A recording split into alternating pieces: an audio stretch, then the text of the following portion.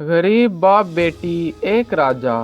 ایک دفعہ کی بات ہے کہ ایک راجا اپنی سلطنت سے کچھ سپاہیوں کے دستے کے ساتھ جنگل کی طرف نکلا، جنگل میں شکار کرنے کے لیے۔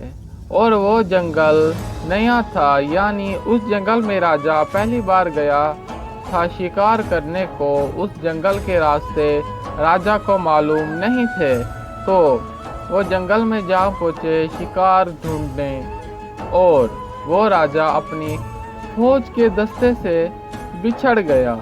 تو جنگل میں راجا کو شیر کے گھرانے کی آوازیں آ رہی تھی۔ راجا چاروں طرف دیکھنے لگ گیا، مگر اسے شیر کہیں نہ دکھا، اور راجا کھلبلی میں جب بھاگنے لگا تو شیر اس کے سامنے آیا اور اس پہ حملہ کر دیا۔ تو راجا اپنی جان سے ہاتھ دھونے ہی والا تھا کہ اس لڑکی نے راجا کو بچا لیا، اس کو اپنے گھر لے آئی، کیونکہ ان کا گھر جنگل کی طرف تھا۔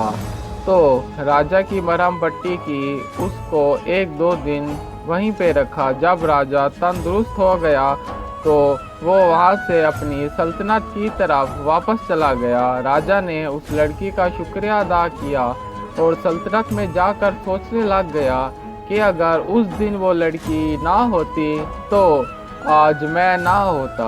تو راجا لڑکی کا بہت احسان مند تھا۔ مگر جب راجا لڑکی کے باپ سے ملا تو وہ سلطنت میں کام کرتا تھا۔ راجا اس کو دیکھ کر حیران ہو گیا، کیونکہ وہ سلطنت سے بھاگ گیا تھا۔ اس کو راجا نے ایک کام سونپا تھا اور وہ اسے اپنے مناسب وقت پہ نہ کر سکا، تو ڈر کے مارے سلطنت چھوڑ کے بھاگ گیا راجا سے غداری کر کے۔